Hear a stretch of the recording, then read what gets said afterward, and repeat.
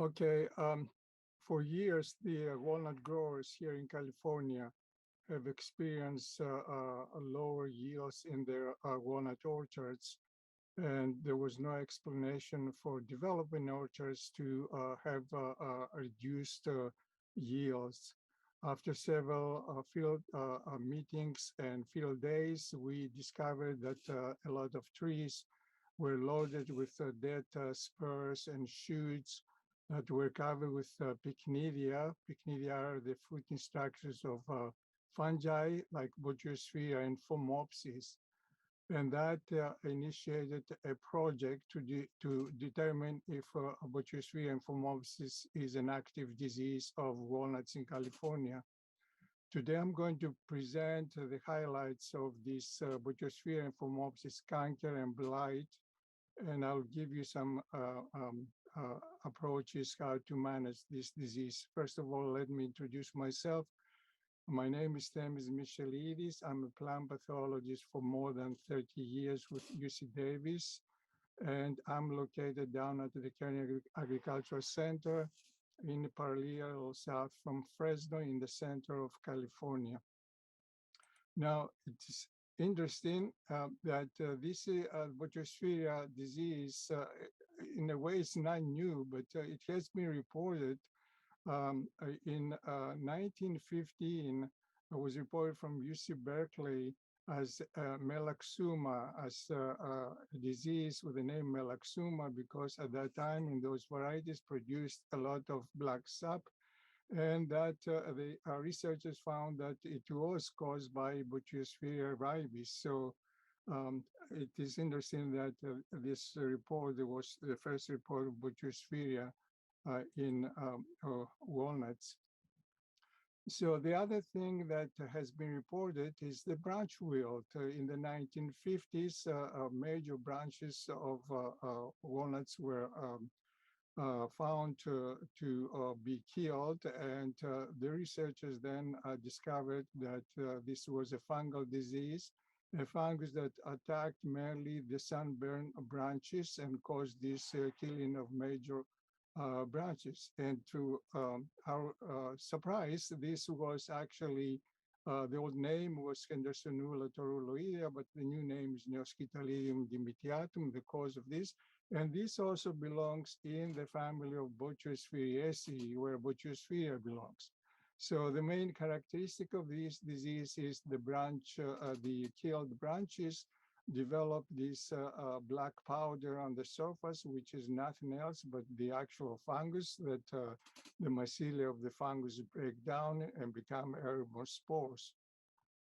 So then in the last decade or so, we see a lot of this branch wilt, but our question was, are all these branch wilt? So after we collected a lot of samples from different counties, we found out that yes, there is some branch wilt, but also there are branches that are covered again with pycnidia of Botryosphaeria and Phomopsis, and had major cankers, not they were not similar to the actual branch wilt fungus, like the black powder on the branches.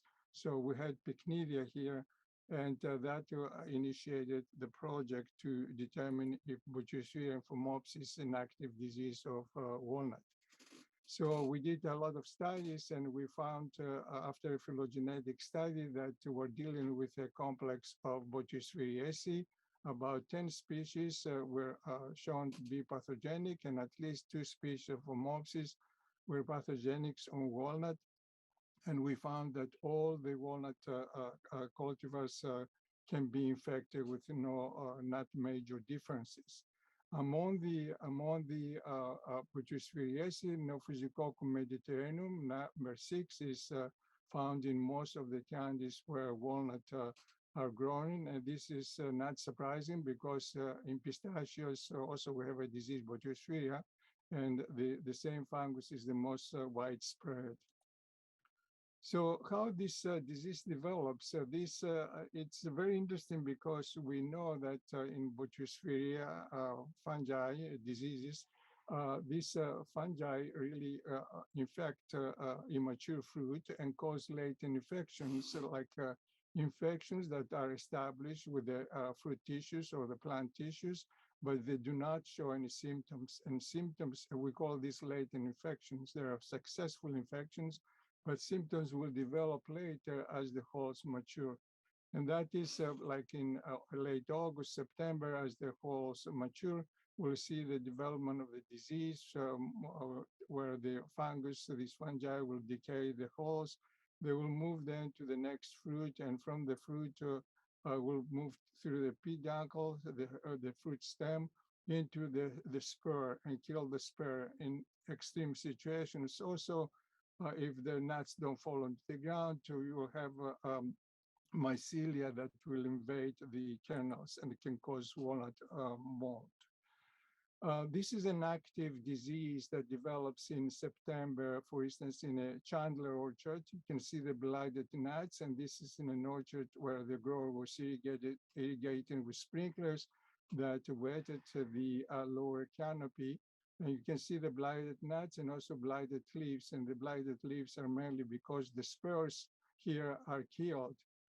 Notice all the other foliage is clean. The walnut leaves are not directly infected by Botryosphaeria and Phomopsis. And here you can see the cankers that can cause in the spurs of the, here was an attached fruit, and then the fungus moved in to kill the spur with the buds, and also moving into the previous year's shoot. Now, the damage again here will be not only the blighted nuts, but also the killing of the buds, which is the fruit, the crop for the next year. And that is a partial explanation why we had reduced yields in our walnut orchards. These cankers become very obvious in the fall and winter and spring after particularly in the fall and winter when the leaves of walnuts drop. A major factor we discovered that predisposes the shoots also to infection by Botryosphaeria is the walnut scale. This was left uncontrolled for years, and we found out that when we check these necrotic areas that develop under the scales, about 50% of these necrotic lesions carry Botryosphaeria, which means the Botryosphaeria initiates from these areas and then will expand and kill the shoots.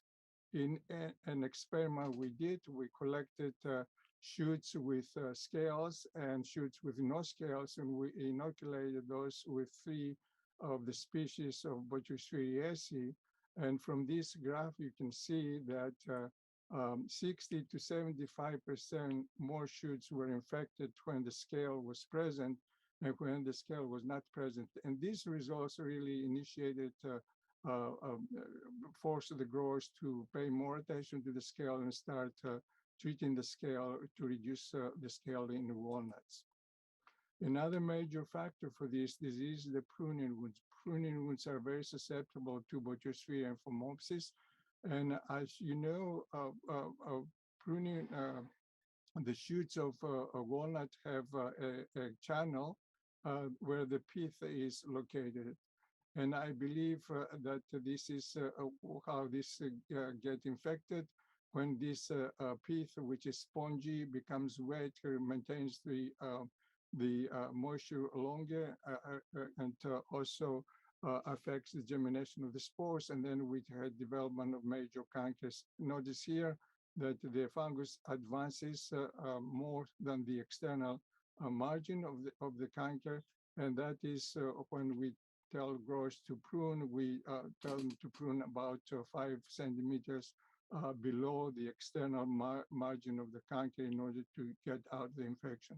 This type of infections, especially in orchards where they do hedging, leads to multiple infections and a lot of shoots that are killed, and we have an accumulation of dead shoots on the canopy, and all these dead shoots are colonized, covered with pycnidia of the fungus. In other words, the fungus accumulates its inoculum on the canopy, ready to infect for the next season if the rains occur in the spring.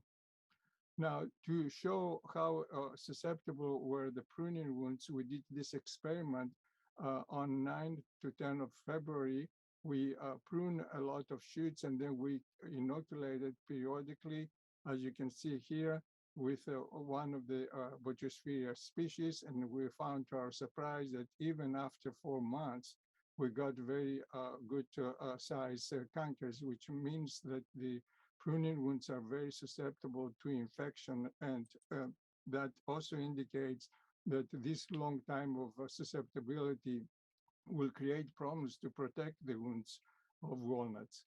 We also wanted to see if the pruning wounds that we create during winter pruning or fall pruning are different in susceptibility. And in this experiment, this winter pruning was done in February.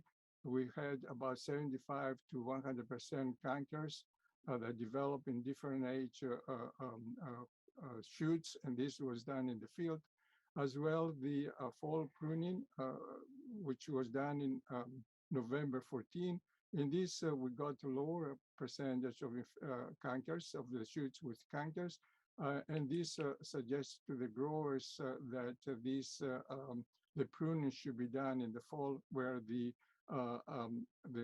shoots will be infected at lower levels. We also show that in fact, the older shoots are developing larger cankers than the younger shoots, and this indicates the difficulty actually to protect this type of wounds during pruning. Chemical control, we did a lot of chemical control over the years, and this is an example. Chemicals are very effective.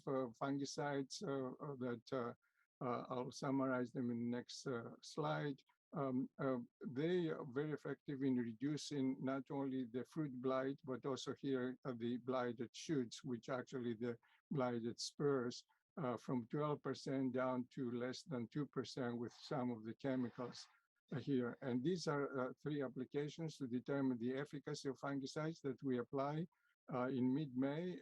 The general rule we use is mid-May, mid-June, mid-July, although now we have also a leaf wetness model that is working well for walnuts, and in fact can reduce the number of sprays and get us the same efficacy. I'm glad to announce that in 2021 will be online the new edition of the fungicide tables that is at the UC IPM. This is under review now. We revise it and we'll have more information on this. Now, the fungicides not only control the blighted fruit and blighted shoots, spurs, but also when we collect buds in the following February, for instance, we see major reduction of buds infested by Botryosphaeria. And the buds are collected in February or March before they push, and we plated them in the laboratory with a technique that we call it bud monitoring for Botryosphaeria, and we determine the Botryosphaeria present. You can see the control here. The anterior control buds from the anterior control had about 14%, and some of the chemicals reduced significantly this type of infection of the buds. Now, this summarizes the effective fungicides that are mainly in the group of FRAC 11, the FRAC 7, and of course the premixtures of FRAC 7 and 11, mixtures of 3 and 7, 3 and 9, and 3, 11.